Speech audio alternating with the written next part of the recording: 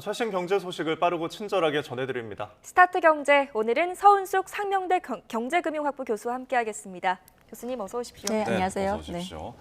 자, 이창용 한국은행 총재가 지금 미국 워싱턴 DC에서 개최된 이제 G20 출장 기자단과 오찬 간담회를 가졌습니다. 근데 이 자리에서 금리 실기론에 대해서 정면으로 반박을 했는데 그 배경이 어디에 있나요? 일단 이제 금리 실기론이 왜 나왔는지를 네. 우리가 이제 한번 볼 필요가 있는데요. 24일 날 우리 올해 3분기 이제 한국 경제 지표들이 좀 발표가 됐습니다. 근데 원래 이제 예측은 0.5% 정도의 성장률을 달성할 거라고 예측을 했었는데 그것보다 한참 이제 밑도는 0.1% 성장에 그쳤다는 이제 결과가 나왔다는 거죠. 그래서 원래 이제 2분기도 마이너스 성장을 달성을 했거든요. 그래서 이제 이 충격에서는 좀 한 분기 만에 벗어나긴 했지만 예상보다 좀 낮은 성장률을 보이면서 좀 내수 활성화를 위해서 미리 금리를 인하를 했었어야 되는 거 아니냐라는 이러한 이제 비판이 제기가 되면서 금리 인하 실기론이 제기가 되기 시작했죠. 근데 이제 한국은행 입장에서 보면은 사실은 이제 그동안에는 물가 때문에 금리를 이제 인하하는 정책에 대해서 그러니까 물가가 그냥 좀 높았기 때문에 금리를 내리지를 못하는 상황이었고 그렇습니다. 물가가 잡히고 나서부터는 저희가 가지고 있는 이제 고질적인 문제인 부동산 가격이 굉장히 높게 유지되고 있는 점, 그다음에 가계부채가 굉장히 빠른 속도로 좀 성장을 하면서 이게 사실 굉장히 금융 시스템의 안정에 좀 부정적인 영향을 주는 요소거든요. 근데 한국은행의 굉장히 중요한 역할 중에 하나가 물가 안정이 있지만 두 번째로 금융 안정이 있습니다. 그래서 이 부분에 좀 초점을 두다 보니까 사실 가계부채 정부의 또 정책적인 방향도 가계부채를 좀 억제하는 데 있었고요. 그래서 금리를 못 내렸는데 생각했던 것보다 경제 전망치가 맞지 않고 실적이 굉장히 저조하게 나오면서 이 부분에 대한 좀 비판이 되고 있는 것 같습니다. 네. 어떻게든 큰 충격 없이 물가를 잡으려고 했다라는 주장인데 말씀하신 것처럼 통화 정책에는 결국 뭐 경기도 봐야 될 것이고 또 금융 안정도 봐야 될 것이고 환율도 볼 수밖에 없는데 그 중에서도 지금 11월 금리 결정 변수로 환율을 꼽았습니다. 이유가 뭘까요? 이게 지금 환율이 1,400원대를 지금 계속 넘어갈 것으로 육박하고 있는 상황이거든요. 그러니까 이제 우리가 생각했던 것보다 환율이 굉장히 높은 상태에 있고 이제 무엇보다 좀 우려하고 있는 부분이 상승 속도가 굉장히 빠르고 우리 흔히 시장에서 변동성이 크다라고 얘기를 하거든요. 이제 그러다 보니까 이 부분에 대한 것을 금리 결정할 때 고려하지 않을 수 없다라고 발표를 한 부분입니다. 네. 사실 트럼프가 예전에 이제 당선될 때만 해도 1,400원대를 훌쩍 넘어섰었거든요. 지금 1,388원까지 저희가 지금 나왔는데 그럼 이 강달러가 언제까지 계속이 될까요? 사실 이제 미국의 선거 결과가 굉장히 좀 중요하긴 하거든요. 그래서 물론 지금 이제 시장은 트럼프 당선에 좀 높게 이제 예측을 하기 시작하면서 이게 이제 트럼프의 정책 중에 굉장히 몇 가지가 있는데 재정 지출을 확대한다든가 돈을 쓰는 거죠. 그다음에 보호무역주의, 이제 본인들의 수입하는 부분에 대해서 관세를 매기겠다고 하는 거거든요. 이제 관세를 매기게 되면은 수입제의 가격이 올라가겠죠.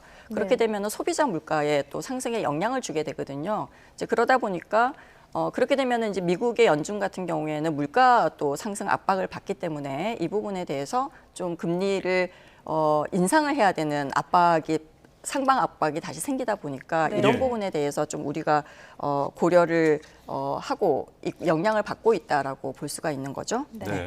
그리고 내일 이제 공개가 되는 게 이제 9월 금통위 의사록인데 여기서 어떤 이야기를 했는지가 또 앞으로의 금리 향방에 좀 영향을 주지 않을 것 같은데 영향을 줄 것 같은데 다음 달에 이제 올해 한 번 남았잖아요. 금통위가 어떻게 될까요? 우리 보통 이제 그러니까 지금 금리를 인하해야 되는 필요성에 대한 얘기를 할 때 가장 크게 고려하고 있는 부분이 내수 활성화입니다.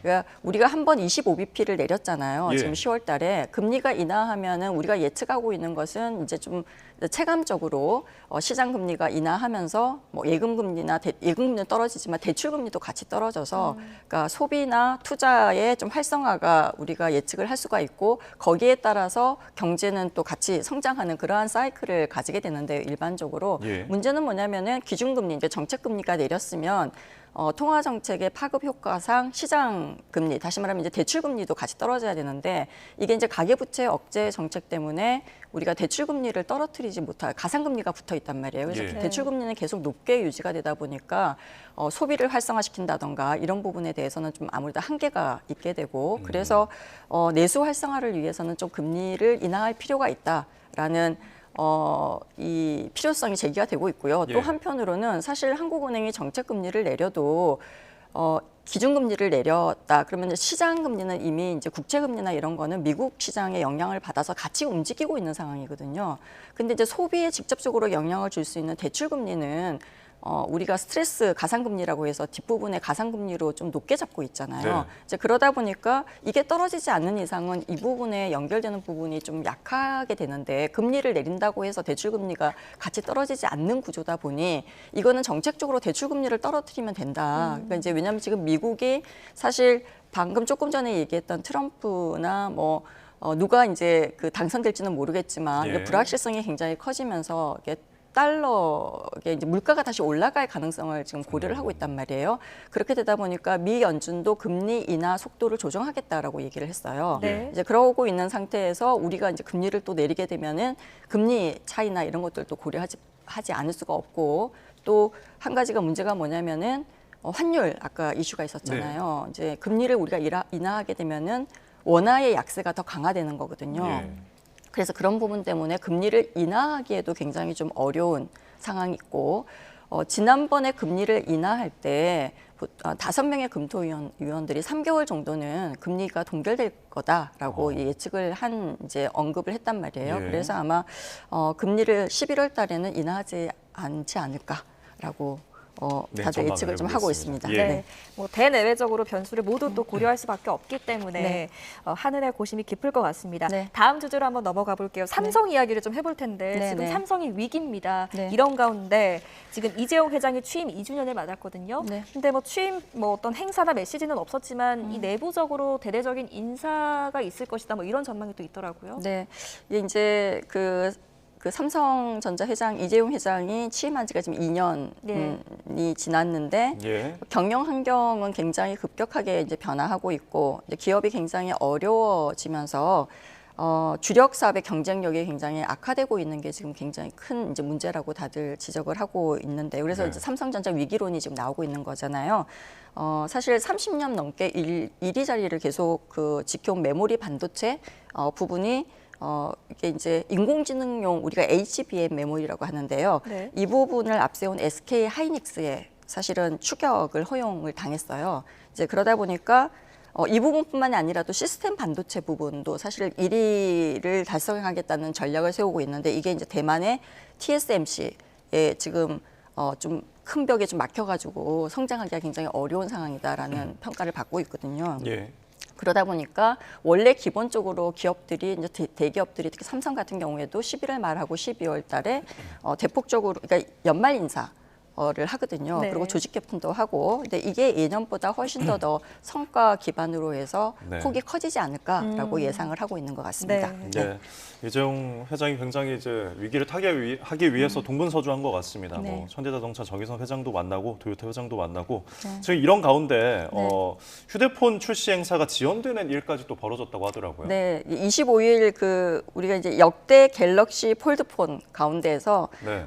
최고의 야심작이다라고 삼성이 설명했던 그 G 폴드 SE를 이제 내놨는데요. 25일에. 근데 판매 예정 시간을 무려 7시간이나 지나서 이제 이게 뒤늦게 이제 내놓는 바람에 시장의 불확실성을 굉장히 키웠다라고 이제 평가를 받고 있는 거죠. 안 그래도 굉장히 좋지 않은 회사 분위기에서 이것까지 늦게 발표한 이유가 무엇일까라는 예. 거에 굉장히 초점이 좀 맞춰지고 있는 것 같아요. 그래서 사실 이제 2019년부터 폴드폰을 삼성이 발표하고 이제 생산하고 있었는데 이게 중국 기업들이 굉장히 무섭게 지금 추격을 하고 있는 네. 그런 그렇죠. 상황이단 예. 말이에요.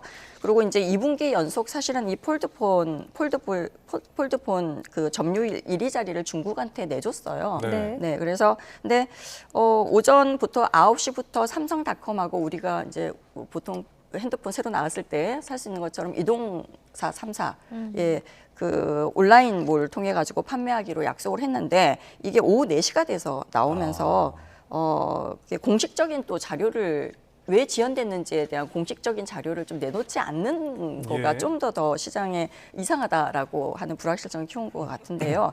일부 기능 보완 여부를 놓고 개발 부서하고 그다음에 영업 마케팅 부서하고의 좀 갈등이 있었다라는 게 시장에서 보고 있는 분석입니다. 네. 예. 뭐 삼성 지금 주가도 너무 약세입니다. 이 흐름을 네. 좀 빨리 끊어내야 할 텐데 네. 분위기를 전환할 수 있는 계기가 있을까요? 또 있다면 어떤 게 될 거라고 좀 뭐 이게 이제 전망하세요? 뭐 삼성은 사실 대부분의 이제 시장의 그 참여자들이 그 바라고 있는 부분들은 이게 이제 경영 환경이 굉장히 급격하게 변하고 있는데 이 전략적인 차원에서 뭔가 뚜렷한 전략적인 방향이나 이런 거가 나와야 되는 거 아닌가 새롭게 네. 이제 이러한 것들이 이제 시장에서 요청을 하고 있는 건데요. 사실 주가는 기업의 실적하고 직접적으로 연계가 되는 부분이잖아요. 예. 근데 이 실적 부분에 대해서 시장은 굉장히 지속적으로 실적이 개선될 여지가 크지 않다라고 보고 있는 것 같아요. 그래서 사실 이제 아까 얘기한 것처럼 HBM 부분에 있어서 SK 하이닉스의 추격을 허용을 하고 있고요. 예. 사실 4세대 HBM 양산 준비도 완료했고 그 더 높은 용량 그다음에 성능의 차세대 제품을 공개할 예정이라고 했는데요. 이게 이제 사실은 그 엔비디아하고 이게 거기에 HBM 부분이 들어가려고 하면은 퀄리티 테스트를 통과를 해야 네. 되는데 그게 아직까지 통과됐다는 뉴스가 나오고 있지 못하고 있어요. 그래서 이제 그 부분이 굉장히 좀 불확실성으로 여전히 자리를 하고 있고요. 예.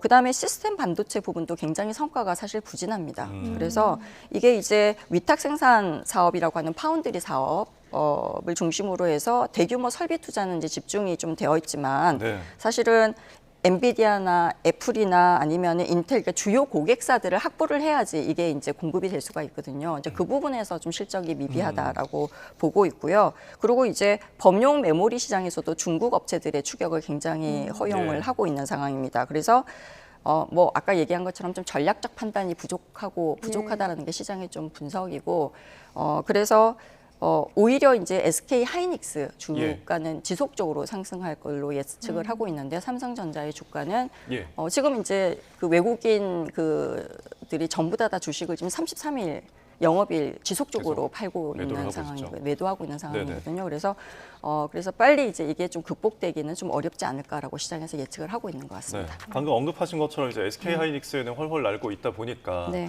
삼성전자는 매도가 계속 이어지고 있고 네. 둘의 지금 시가총액이 굉장히 좁혀지고 있다고요. 네, 이게 이제 우리가 27일 그 한국거래소에 따르면은 25일 기준 삼성전자 25일이 이제 시장이 끝났으니까 네. 25일 기준 삼성전자 보통주 시총이 333조 7,100억 원으로 코스피 전체 시총에서 차지하고 있는 비중이 15.85% 정도를 지금 차지하고 있거든요. 예. 이게 이제 2016년 6월 14일 15.79 이후에 8년 4개월 만에 가장 낮은 그 시총 비중을 차지한 거고요. 반면에 SK 하이닉스의 시총이 14조 3,280억 원으로 이제 발표가 됐고 이게 6.95%의 비중을 점유하고 있는 것으로 나타나면서 사실 굉장히 그 차이 자체가 2011년 7월 18일 두 회사의 그 시총 차이 네. 이후로 13년 3개월 만에 가장 적게 나타난 걸로 발표가 됐습니다. 네.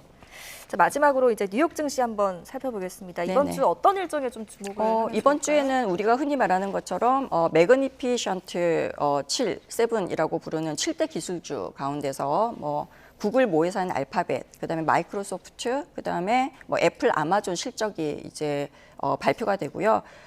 이들 실적에 따라 가지고 이 이제 기술주들의 그 강세장이 계속 지속될 수 있을 건지에 대한 거가 주목이 되고 있고요. 그다음에 네. 엔비디아가 사실 종가 기준으로 해서 시총 1위에 오를지도 굉장히 좀 관심사이기도 하고요. 이번 주에는 주요 경제 지표들도 대거 발표가 됩니다. 네. 그래서 고용 지표 일단 발표가 되고요. 고용 관련한 다양한 지표들이 발표가 되고 미국의 3분기 성장률 속보치도 발표가 되는 걸로 나타나고 있고요. 그다음에 연준이 이제 가장 관심을 갖고 있을 수 있는 물가 지표, 개인 소비 지출 PCE 가격 지수도 공개가 됩니다. 네. 예. 또 시장이 굉장히 또 주목할 게 많아서 네. 힘든 한 주가 될 것 같습니다. 네. 지금까지 서은숙 상명대 경제학 금융학부 교수와 함께하겠습니다. 네, 오늘 말씀 감사합니다. 고맙습니다. 잘 들었습니다.